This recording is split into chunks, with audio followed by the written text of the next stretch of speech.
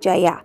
Diketahui Hasto Kristianto dipolisikan lantaran berbicara di sebuah stasiun televisi nasional soal dugaan kecurangan pemilu 2024. Oke, kembali lagi di Movila. Kali ini saya ada informasi terbaru ya untuk para pemirsa semua, di mana setelah Sekjen PDP Perjuangan yaitu Hasto Kristianto dilaporkan ke Polda Metro Jaya terkait laporan dugaan penyebaran hoax dan dugaan penghasutan yang dilakukan oleh Hasto.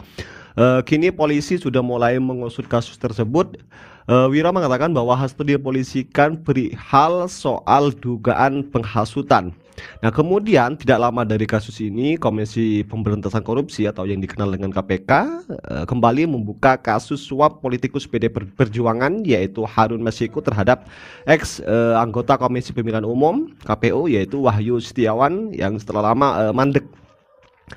Kemudian KPK rencananya juga akan memeriksa Sekjen PDP yaitu Hasto Kristianto kembali pekan depan terkait kasus Harun Masiku ini. Nah, lantas apa alasan KPK mengusut kembali kasus Harun Masiku hingga berencana memanggil Sekjen PDP Hasto Kristianto? Nah, terkait dengan alasan KPK usut lagi kasus Harun Masiku ya. Nah, Wakil Ketua KPK Johanis itu tidak menjawab alasan KPK akhir-akhir ini gencar memeriksa saksi untuk mencari keberadaan Harun Masiku. Dia juga tidak menjawab soal berapa banyak saksi yang telah diperiksa dalam perkara tersebut. Nah, pihaknya justru menyarankan agar pertanyaan seputar penanganan perkara ini ditanyakan kepada Direktur Penyidikan KPK yaitu Asep Guntur. Nah, kembali lagi kepada persoalan Hasto Kristianto yang akhir-akhir ini diperiksa oleh Kapolda. Memang kita ketahui bersama bahwa Hasto Kristianto itu memang kerap sekali menyebar hoax, menyebar berita-berita yang memang tidak difilter terlebih dahulu oleh Hasto, kemudian langsung deklaim sebuah kebenaran yang mana dugaan-dugaan terkait dugaan-dugaan kecurangan pilpres terkait dengan berita-berita yang menyerang secara personal terkait dengan Presiden Joko Widodo dan juga menyerang secara personal terkait dengan Wapres terpilih yaitu Gibran Raka Buming Raka. Ya, seperti apa komentar kalian, tulis di kolom komentar terkait dengan kejelasan terkait dengan kasus tersebut. Langsung saja kepada video, dan saya punya video terkait dengan beberapa kasus Hasto Kristianto ya yang terkait dengan pemeriksaan Kapolda, dan langsung saja kepada Bang Kodari ya yang diwawancari oleh Lidan, dan ini sangat luar biasa sekali untuk kita simak bersama. Dan seperti apa videonya, mari kita simak bersama pemirsa semua. Dan ini sangat luar biasa sekali pemirsa, mari kita langsung kepada videonya. Kemudian kita lihat Mas Hasto, saya lupa nih. Ini menurut saya Mas Hasto ini yang case ini itu adalah peristiwa pada masa-masa itu. Saya lupa persis tanggalnya berapa. Tapi saya ingat karena saya disebut berkali-kali oleh Mas Hasto. Dan itu yang saya katakan di sini juga bahwa itu hoax. Bahkan saya di sini menjelaskan bagaimana pernyataan Mas Hasto bahwa saya lupa di sini ada tempat bahwa ketika Mas Hasto mengutip ceramah saya di Partai Golkar Jakarta tentang peta politik, tentang peta hasil survei Pilpres di Jakarta, lalu kemudian diproyeksikan sebagai ada hasil akhir Pilpres secara nasional, itu kan sebetulnya kan itu hoax. Menurut saya itu hoax yang kemudian menjadi permasalahan dalam kasus Mas Hasto. Nah, terakhir sampai dengan Rakernas kemarin, Bang, artinya sekian bulan setelah MK penetapan dari KPU, ternyata pidato pertama Ibu Mega itu kan masih bicara hal yang sama. Yang sama dengan di sidang MK, yang kontennya kira-kira sama dengan amicus curiae yang diserahkan oleh Bu Mega gitu. Jadi sebetulnya gini, kalau kita bicara Mas Hasto, menurut saya yang jadi masalah sekarang ini secara hukum bukan pernyataan yang belakangan-belakangan, tapi yang sebelumnya, yang isinya itu sebetulnya atau titiknya itu bukan bahwa Mas Hasto atau PDI itu punya sikap politik yang berbeda dengan Pak Jokowi, bahwasanya kemudian misalnya ini dikaitkan misalnya dengan beberapa hal yang menjadi tudingan. Tapi hemat saya, sesungguhnya ini adalah ada hal-hal yang dinyatakan oleh Mas Hasto yang sebetulnya adalah tidak faktual atau hoax. Nah, disitulah kemudian terjadinya kemungkinan pelanggaran-pelanggaran aturan hukum itu. Iya. Ya, saya nggak hafal ya. Mungkin nanti harus mengundang juga ahli Undang-Undang ITE, ahli hukum dan seterusnya untuk Iya, iya. meninjau kasus ini dari kacamata hukum. Tapi poin saya adalah masalah ini bukan karena Mas Hasto dan PDI berbeda pendapat. Karena itu biasa aja kan Iya. dalam demokrasi kan. Tetapi ketika yang disampaikan itu adalah hoax, Ya. maka kemudian itu menjadi ranahnya undang-undang. Iya, Kan tidak boleh menyampaikan hoax. Iya. Nah, hoax yang saya tahu persis, karena ini saya pernah bahas berkali-kali, dan menyebut nama saya, adalah hoax soal bahwa saya sudah merencanakan kecurangan, ya, sama sekali tidak benar.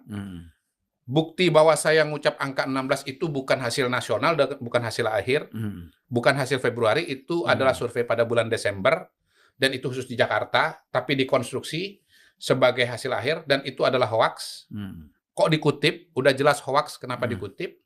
Saya sudah klarifikasi bahwa itu hoax, tapi kok masih dianggap itu juga sebagai hoax, sebagai sebuah kebenaran gitu. Artinya, ya kalau Mas Hasto ini udah tahu bahwa itu adalah hoax, kok masih dikutip juga?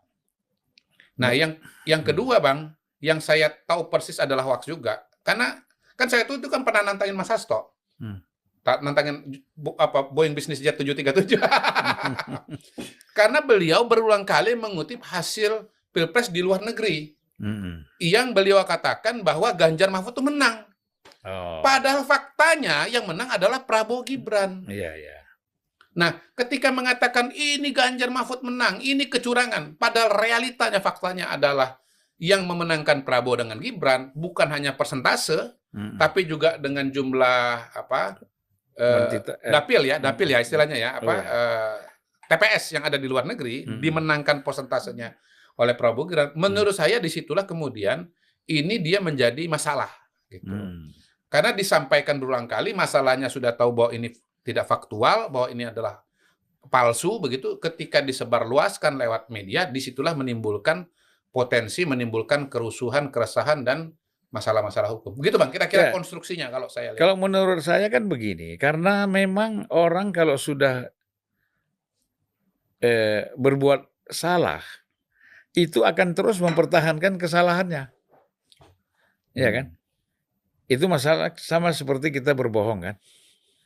Jadi ketika kita berhadapan dengan pihak lain, kita akan berbohong terus tuh untuk mempertahankan kebohongan kita yang pertama. Nah, ini bisa jadi kan begitu. Sudah tahu. Gini Bang, menurut saya masalahnya gini Mas Hasto ini, sudah tahu bahwa itu hoax. Kok disampaikan seolah-olah itu kebenaran, Bang? Lah itu tadi masalahnya. Itu tadi untuk menutupi bahwa sudah salah, sudah tahu ini hoax, terus dia akan gini, bicara. Bang, kalau yang Abang itu adalah dia pernah ngomong bahwa itu hoax, lalu dia ulangi lagi, Bang. Ini enggak, Bang. Jadi sebelumnya beliau ini enggak ngomong. Beliau ini enggak ngomong. Jadi hoax tentang saya itu misalnya, itu munculnya di X awalnya. Saya sudah klarifikasi bahwa itu adalah hoax gitu. Nah, saya udah klarifikasi, sudah jelaskan bahwa itu hoax, nggak ada bantahan, tapi kok tetap dipungut dan disajikan di muka publik seluruh Indonesia sebagai sebuah kebenaran, Bang. Menurut saya itu di situ masalahnya. Ya, dia pada prinsipnya kan tidak ingin mengakui bahwa dia salah. Nah, itu kan motivasi semacam itu kan tidak membenarkan bahwa kemudian dia mengutip hoax gitu loh. Untuk menjelaskan dalam tanda kutip kekalahan dan yang lain-lain itu, Bang. Di situ menurut saya masalahnya. Itu, Bang. Ya itu kelemahannya dengan tidak mengakui seperti itu. Ini kan terus terang menjadi semakin lama semakin kerdil ya. Ini yang kita lihat itu bukan semakin hebat, bukan semakin besar. Harusnya kan kita sudah masuk pada bagaimana membangun Indonesia ke depan ini yang lebih baik. Kontribusi partai itu apa? Gitu. Ini kan semakin lama semakin apa tujuannya ingin menggagalkan Prabowo Gibran misalnya. Situasinya kan sudah semakin dekat ke pelantikan. Harusnya kan tidak lagi mendorong pada hal-hal yang bersifat negatif. Nah, kalau soal membela diri, Bang ya, itu memang terjadi pada hari ini ketika dipanggil. Dan nanti pasti kalau ini jadi proses hukum, maka kemudian katakanlah pengadilan, ini kan akan jadi pembelaan diri. Dan pada hari ini saya melihat dari press conference dari yang keluar tadi di TV ya, saya ada nonton yang 15 menit itu, Mas Hasto itu kan mengatakan begini, bahwa ini adalah ini beliau seperti Bung Karno gitu yang dipanggil. Ada nyebut nama Bung Karno ya kalau nggak salah? Ada. Saya baru nonton sekali sih. Ada. Hukum kolonial. Ya, kembali kepada yang Abang sampaikan, bahwa seolah-olah kalau dipanggil polisi itu kemudian adalah, apa tadi istilah Bang? Pemerintah ini tidak demokratis. Tidak demokratis. Gitu. Nah, konstruksi yang dibangun oleh Mas Hasto sekarang adalah bahwa dia dipanggil polisi karena sikap politiknya berbeda. Nah, mungkin pentingnya diskusi kita pada hari ini adalah bahwa dipanggilnya itu bukan karena berbeda pendapat. Karena Anda mengutip hoax. Karena Anda menyebarkan hoax. Nah, disitulah kemudian pasal itu muncul. Nggak ada pasal berbeda pendapat, hatsai artikel dan segala macam itu, ujaran kebencian gitu. Ya kita lihat aja lah. Mungkin perbandingan. Sekarang Rocky Gerung tuh dihukum nggak secara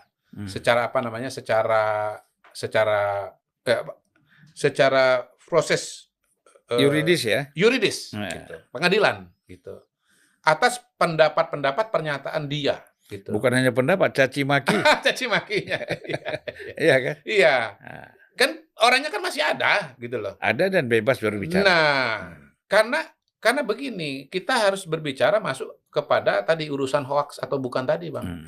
Selama tidak mengutip hoax yang betul-betul faktual adalah hoax, maka itu dalam tanda kutip masih belum masuk ke dalam koridor hukum gitu loh, Bang. Iya. Itu poin saya barangkali kalau buat perbandingan. Itu kan persepsi ya. Iya. Masih dalam koridor tapi persepsi. kalau sudah faktual kan, Bang, itu kan ada proses pembuktiannya nanti. Gitu.